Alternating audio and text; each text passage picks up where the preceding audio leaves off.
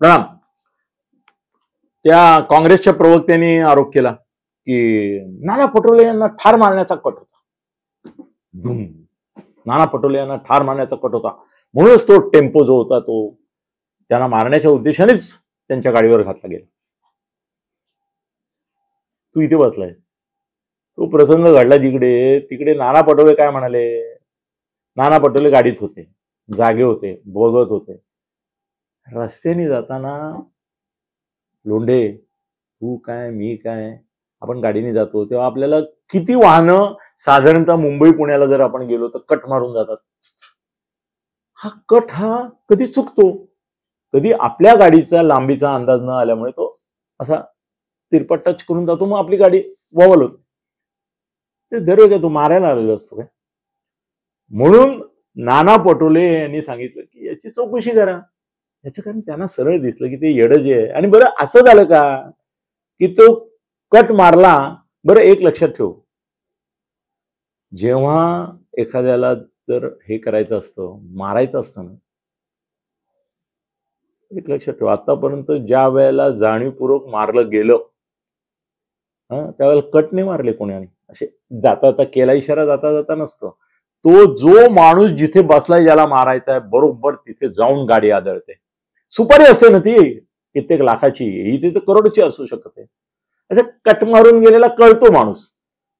आपण सुद्धा रस्त्याने जाताना येडेपणाने कुणीतरी मारलेला कट जाणीवपूर्वक आपल्याशी ईर्ष्या घेऊन किंवा ठशन घेऊन आपल्या भाषेमध्ये गाडीवर येणं किंवा आपटणं, यातला फरक कळतो. नाना पटोलेंना लगेच लक्षात आलं की टिपिकल ड्रायव्हर टेम्पोचे जसे असतात की ज्यांना असं घाई असते पटकन ओव्हरटेक करायची आणि जायची, त्या पद्धतीने केलेलं आहे. याच्यामध्ये काय कारस्थान नाही. बरं असं झालं का तो टेम्पो मारला आणि पळूनच गेला, मिळालाच नाही. असं झालं नाही तर पकडलं ना. यांच्याबरोबर पोलीस गार्ड्स आहेत, त्याने ओव्हरटेक करून त्याला 2 मिनिटात तिथेच पकडला, त्याला खाली उतरवला.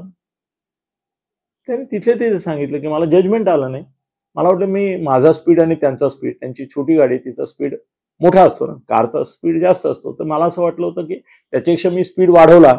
आणि गाड्या फार वेगात नव्हत्याच, फार वेगात यांची पण नव्हती नानांची गाडी. हे मी माहिती घेतो ना, थोडं सांगतो, मी माहिती घेतो.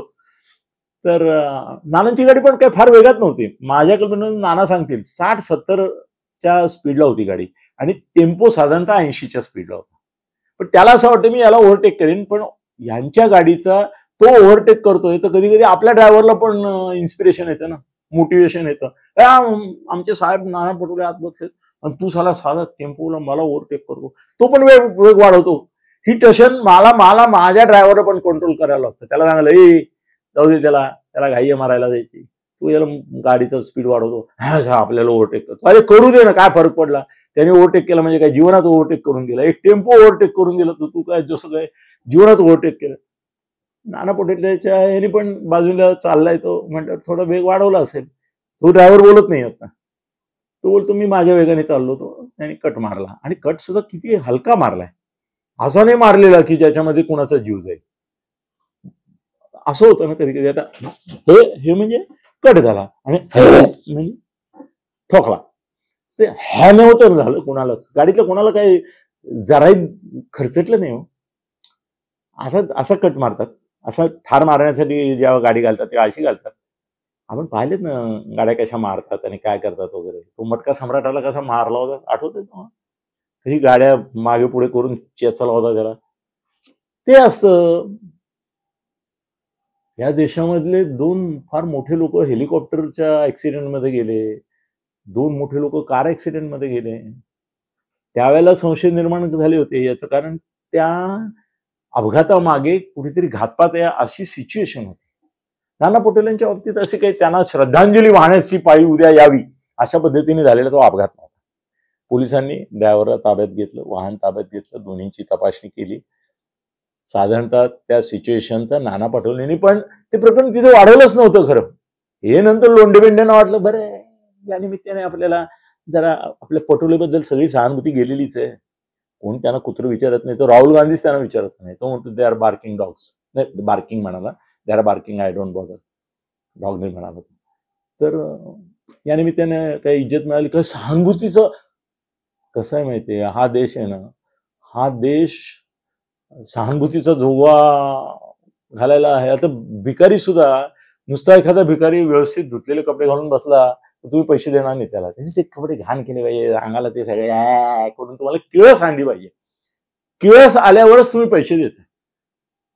तृतीयपंथी लोक काय करतात, ते मला किळस येईस तो हात लावतात अंगाला. रिक्षामध्ये बसा की मेलेच. आता एअर कंडिशन गाड्या आल्यामुळे त्यांचं 90% गिराईक कमी झालं, भिकाऱ्यांचं आणि यांचं. कारण मोठ्या माणसाच्या खिशे काच उघडी ठेवायला लागायची पूर्वी, 25 वर्षापूर्वी. की हात घालून त्याला त्याच्या शुभ्र कपड्याला हात लावला की तो असं करून त्याला पैसे देऊन बाबा जा की दुसरा भिकारी. आता एसी गाड्यांमुळे त्यांना टक टक, आता ते काय करतात माहितीये, नाणं घेतात हातात, ते टक टक टक टक वाजवतात. म्हणजे तुम्हाला इरिटेशन काहीतरी, अंगाला नाही हात लावू देत का, मग नाण्याने तुमची काच खराब करतो. अरे मी काय कुठून चालू, आपले नाना पटोले, तर नाना पटोलेने पण फार इझिली घेतलं ते. नाना तुम्ही त्याचं भांडवल करायचा केला, प्रयत्न नाही केला, हे चांगलं झालं. कारण ते भांडवल करण्यासारखं प्रकरणच नव्हतं. तुम्हाला श्रद्धांजली व्हावी अशी कोणाची इच्छा नाही. तुम्ही चांगला हा महाआघाडीचा जो पराभव होणार आहे दारुण असा, त्या पराभवाचे साक्षीदार व्हावं, या पराभवाचे निर्माते व्हावे अशी सगळ्यांची तुम्हाला इच्छा आहे. तुम्हाला शतायुष्य लाभो आणि आयुष्यभर तुमच्या हातून असंच विध्वंसक कार्य काँग्रेस पक्षासाठी होत राहो, ही शुभेच्छा. धन्यवाद. खळबळजनक गौप्यस्फोट म्हणजेच YouTube चॅनल अनिल थत्ते गगनभेदी. खळबळजनक गौप्यस्फोट म्हणजेच YouTube चॅनल अनिल थत्ते गगनभेदी.